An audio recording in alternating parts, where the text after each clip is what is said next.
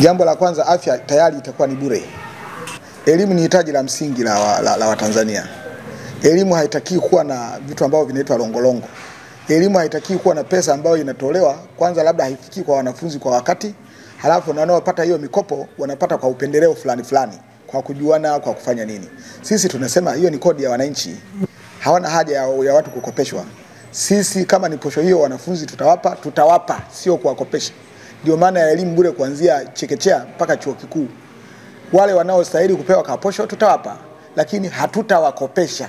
Hakuna kitu kinachoitwa mkopo wa elimu ya juu. Sisi tutasomesha Watanzania bure, kwa sababu Tanzania inayo maliasili, inazo rasilimali na haina tatizo la pesa. Tanzania tuna tatizo la rushwa tu na ufisadi na wizi. Halafu ajira, sisi tutaziba magepu yote yaliyopo. Na tutachukua watu wote na kuajiri watu wote wenye sifa. Sio swala la kusema tutaajiri watu wangapi. Tutaangalia magepu. Ndani ya siku 100 huduma za serikali zitatolewa kwenye kata. Hazitatolewa kwenye halmashauri. Kwa hiyo watakaoajiriwa watakwenda kwenye ngazi ya kata ili watu wakaweze kupata huduma zao kwenye ngazi ya kata. Kwa hivyo na ndani ya siku hizo 100 tutahakikisha kwamba tumeshaanza mchakato wa katiba. Katiba mpya itaanza siku ya kwanza mimi nikimaliza kuapa. Na kwamba nitateua kamati au tume ya kuanza kushughulika na swala la katiba mpya, kwa sababu tunajua katiba mpya ndio mama wa kila jambo, na demokrasia ya nchi kama tunataka iende vizuri lazima iwe na sheria ambayo imeiweka vizuri nchi yetu. Sio swala la kukaa kila wakati tunabishana na kuongea masuala kwa muda mrefu bila kutekeleza. Kwa ndani ya siku 100 kuna baadhi ya sheria nyingi zitabadilika.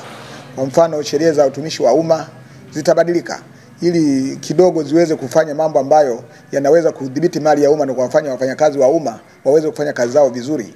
Lakini wakati huo pia nitafuta kikokotoo. Wafanyakazi hawataweza kulipa kikokotoo. Hayo yote yataisha tu ndani ya siku 100, wala hayo hatutajadili kwa muda mrefu. Mambo mengine ndio tutasubiri kidogo muda mrefu ambao tutakwenda nao. Lakini hayo yataisha ndani ya siku 100. Je, wewe ni mwanafunzi uliyemaliza form 6 unayefikiria mbali? Je, azma yako ni kusoma katika chuo kikuu cha kimataifa, kupata uzoefu wa dunia nzima na kufungua fursa za kazi zisizo na mipaka? Usitafute mbali. EuroAsia Universities Limited iliyosajiliwa na TCU ni mshirika wako unayemwamini hapa Tanzania. Sisi ni wataalamu wa kuunganisha wanafunzi wa Kitanzania wenye malengo na vyuo vikuu bora duniani kote, kuanzia Ulaya na Asia hadi Amerika na kwingineko.